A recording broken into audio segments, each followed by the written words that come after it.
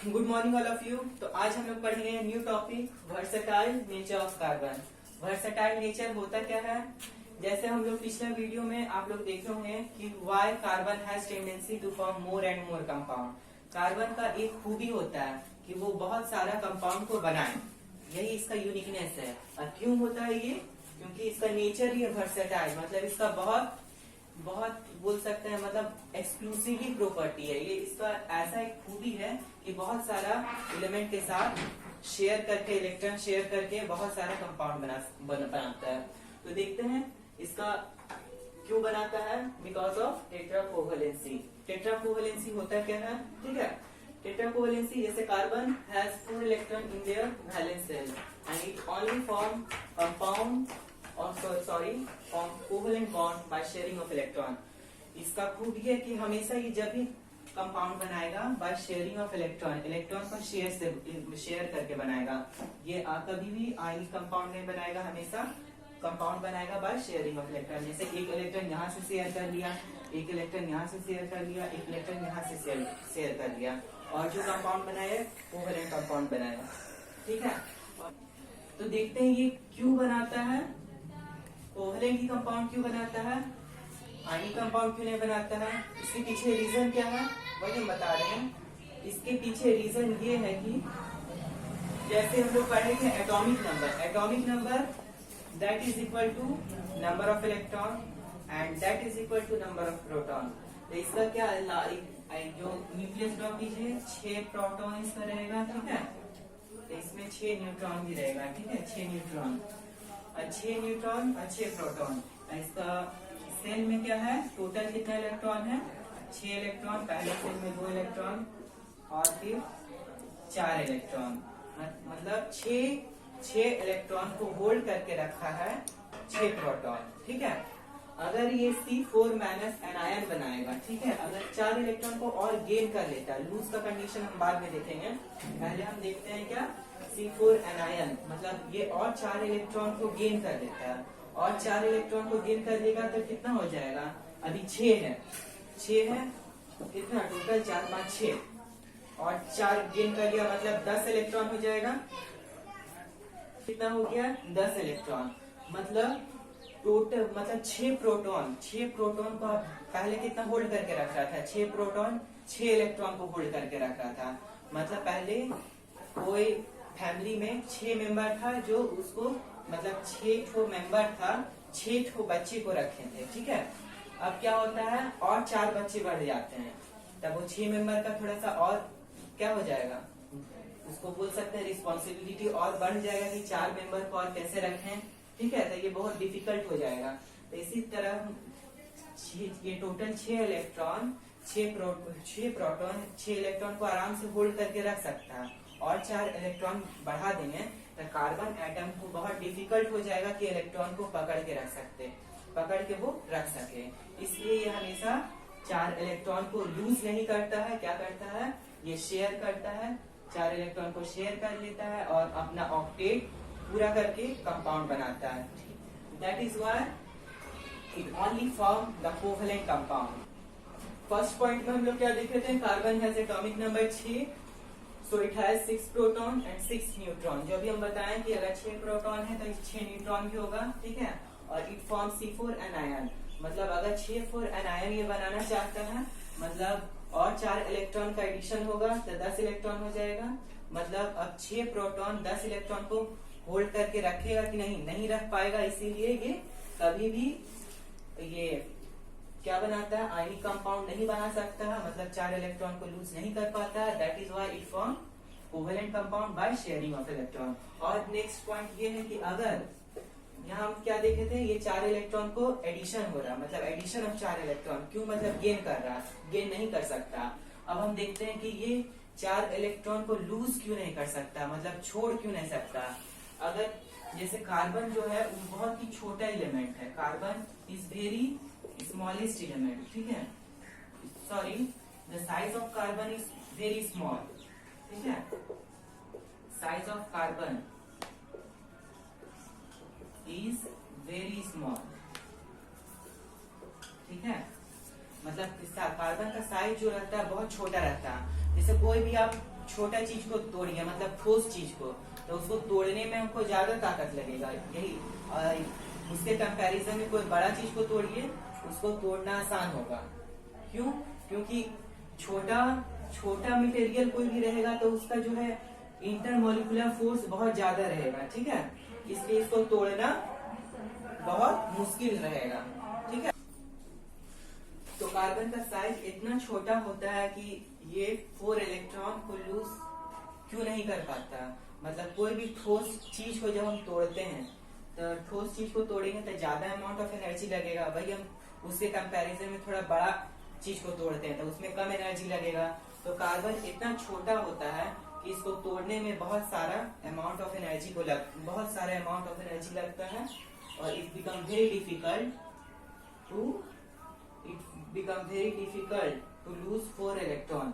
जैसे कोई छोटा बच्चा है, ठीक है, उसके पास 4 टॉफी है, तो छोटा बच्चा को एक टॉफी उससे लेना तो मुश्किल है, तो वो 4 टॉफी कैसे दे पाएगा। तो वैसे ही कार्बन इतना छोटा है कि इससे 4 इलेक्ट्रॉन नहीं निकल सकता। अगर उसको निकालेंगे तो बहुत सारा एनर्जी, बहुत सारा पावर लगेगा उसको ब्रेक करने के लिए, ठीक है। तो why carbon does not form C4 minus anion and why it doesn't form C4 cation? That means C4 anion means it has to gain 4 electron। मतलब ये 4 इलेक्ट्रॉन क्यों नहीं गेन कर पाता है, क्योंकि 6 प्रोटॉन का उतना ताकत नहीं है कि वो 10 इलेक्ट्रॉन को होल्ड कर सके।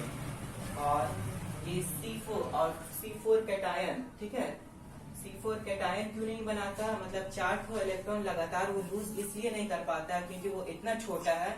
4 अगर इलेक्ट्रॉन लगातार लूज करेगा तो उसको बहुत सारा एनर्जी लगेगा उसको लूज करने के लिए, ठीक है। Now we will come to the next point, that is catenation. Catenation होता क्या है? तो कैटेनेशन क्या होता है? कार्बन का एक एक्सक्लूसिवली प्रॉपर्टी बोलिए या स्पेशल प्रॉपर्टी बोलिए, इसका एक खासियत है कि ये बहुत सारा लंबा चेन बना सकता है। कार्बन अपना ही एलिमेंट कार्बन से मिलके बहुत सारा लंबा चेन बना सकता है, ठीक है। कार्बन मिलके बहुत लंबा चेन बनाया। यहाँ देखिए टेट्रा वैलेंसी भी फुलफिल हो रहा है, एक इलेक्ट्रॉन इससे शेयर किया, एक इलेक्ट्रॉन इससे, ठीक है। यहाँ भी शेयरिंग हुआ, मतलब 4 हाथ एकदम बढ़ते गया, ठीक है। तो कार्बन का ये खूबी है कि ये लॉन्ग चेन बना सकता है, काला, और दूसरा ब्रांच, ठीक है, और दूसरा ब्रांच भी बना सकता है कार्बन। मान लीजिए 3 कार्बन है, ठीक है, यहाँ पर तो और कार्बन आ गया, ठीक है। कार्बन का टेंडेंसी है कि ये लॉन्ग चेन भी बना सकता है, ब्रांच भी बना सकता है, ठीक है, और लास्ट रिंग। और ये भी एक खूबी है कि कार्बन रिंग भी बना सकता है, ठीक है। मान लीजिए कार्बन शेयर हुआ, कार्बन, ठीक है, देखिए यहाँ भी इसका ये भी फुलफिल किया अपना, इसका भी 1 2 3 4, ठीक है। यहाँ भी इसका फुलफिल हो गया, टेट्रा वैलेंसी 4, ठीक है। कार्बन का ये खूबी है कि ये लॉन्ग चेन भी बना सकता है, ब्रांच भी बना सकता है और रिंग भी बना सकता है। और यही प्रॉपर्टी को हम लोग क्या बोलते हैं? Catenation. Catenation is a property और self linking property by which atoms by combining form long chain बना सकता है in form of ring structure also, और इन फॉर्म ऑफ ब्रांच, ठीक है। वैसे सिलिकॉन भी बनाता है, लेकिन सिलिकॉन जो बनाता है चेन, तो वो इतना हाईली रिएक्टिव एलिमेंट है कि ये ज्यादा देर तक स्टेबल नहीं हो पाता है, इसलिए ज्यादा कैटेनेशन का प्रॉपर्टी ज्यादा फेवर कौन करता है, और ज्यादा ये एक्सक्लूसिवली ये किसके लिए है? स्पेशली कार्बन के लिए है, ठीक है। जैसे आप लोग क्लास 8 में पढ़े थे मोनोमर्स क्या होता है, पॉलीमर्स क्या होता है, ये आप लोग का सिलेबस में वैसे नहीं है, लेकिन फिर भी जान लीजिए। जैसे जब 2 छोटा यूनिट कंबाइन होता है तो एक बड़ा यूनिट बनता है, ठीक है। तो वैसे ही जब 2 मोनोमर कंबाइन होगा तब क्या बनाएगा? पॉलीमर्स। जैसे सपोज कीजिए इथीन है, ठीक है, इथीन कंबाइन हो रहा है, एक और इथीन आ गया, ये भी कंबाइन हो रहा है, देखिए इथीन इथीन कंबाइन होके क्या बनाया, पॉलीथीन। ठीक है, क्या बनाया, पॉलीथीन। तो ये क्या हो गया, पॉलीमर्स हो गया। ये हो गया आपका पॉलीमर्स और ये हो गया आपका मोनोमर्स। ठीक है, तो ये हो गया मोनोमर्स। छोटा छोटा यूनिट जब कंबाइन हुआ तो बड़ा बना आपका बड़ा यूनिट। तो ये हो गया आपका पॉलीमर और ये हो गया मोनोमर। बस इतना ही जानना। और नेक्स्ट आता है आप लोग का टॉपिक आइसोमेरिज्म। ये आप लोग का टॉपिक भी है और सिलेबस में भी है, इसको जानिए। देखिए आइसोमेरिज्म होता क्या है, compound having same molecular formula. मतलब ये ऐसा कंपाउंड है जिसका मॉलिक्यूलर फार्मूला लगेगा सेम है, फार्मूला तो सेम है, लेकिन इसका स्ट्रक्चर मतलब शेप अलग अलग का दिखेगा। ठीक है, मतलब इसका जितना पुर्जा है, जैसे कोई इंसान है, ठीक है, कोई इंसान ही जानिए, उसका फिगर मतलब उसका जो शरीर का अंग है अलग अलग है। ठीक है, लेकिन अमाउंट तो टोटल उतना ही प्रेजेंट है। छोड़िए एग्जाम्पल हटाइए, इससे नहीं समझ में आएगा। दूसरा एग्जाम्पल आप ले लीजिए। मान लीजिए हाँ, अमीबा का एग्जाम्पल ले सकते हैं। नहीं छोड़िए, जस्ट हम इसी का एग्जाम्पल लेते हैं आइसोमेरिज्म का। जैसे ये देख लीजिए क्या है, the compound having same molecular formula. मतलब इसका फार्मूला क्या सेम रहेगा, लेकिन स्ट्रक्चर क्या होगा, डिफरेंट रहेगा। इसी का एग्जाम्पल देखिए, ज्यादा कंफ्यूज होने का जरूरत नहीं। जैसे एग्जाम्पल, ठीक है, ब्यूटेन लेते हैं। ब्यूटेन जैसे आप लोग नहीं आगे पढ़िएगा, मान लीजिए ब्यूटेन मीन्स 4 कार्बन। ठीक है, ये क्या है, ओके, ये 4 कार्बन है। ये एक स्ट्रक्चर हुआ ब्यूटेन का, इसका दूसरा स्ट्रक्चर भी हो सकता है। मान लीजिए हम इसको ब्रांच एक कार्बन का हम ब्रांच निकाल दें, लेकिन कार्बन 4 ही रहेगा। और इसका दूसरा स्ट्रक्चर हो सकता है, देखते हैं। तो इसका एक स्ट्रक्चर ये हो गया, इसको हम लोग एन ब्यूटेन बोल सकते हैं। वैसे नेमिंग आप लोग को आगे पढ़ना है। ठीक है, अभी सिंपली जनरली इतना जान लीजिए, ये सिंबल एन ब्यूटेन है। मान लीजिए इसका हम एक तो चेन निकाल लेते हैं। ठीक है, एक तो चेन निकल गया, यहाँ भी 4 ही कार्बन है। तो ये भी इसका एक आइसोमर है। ठीक है, यहाँ एक तो ब्रांच निकल गया। बस कार्बन देखिए, कार्बन 4 है, इसका फॉर्मूला जो भी आएगा सेम रहेगा। ठीक है, लेकिन इसका स्ट्रक्चर क्या है, डिफरेंट है। That is this property is known as, क्या होगा, this property is known as isomerism. ठीक है, और the compound that forms are isomers and this property is known as isomerism.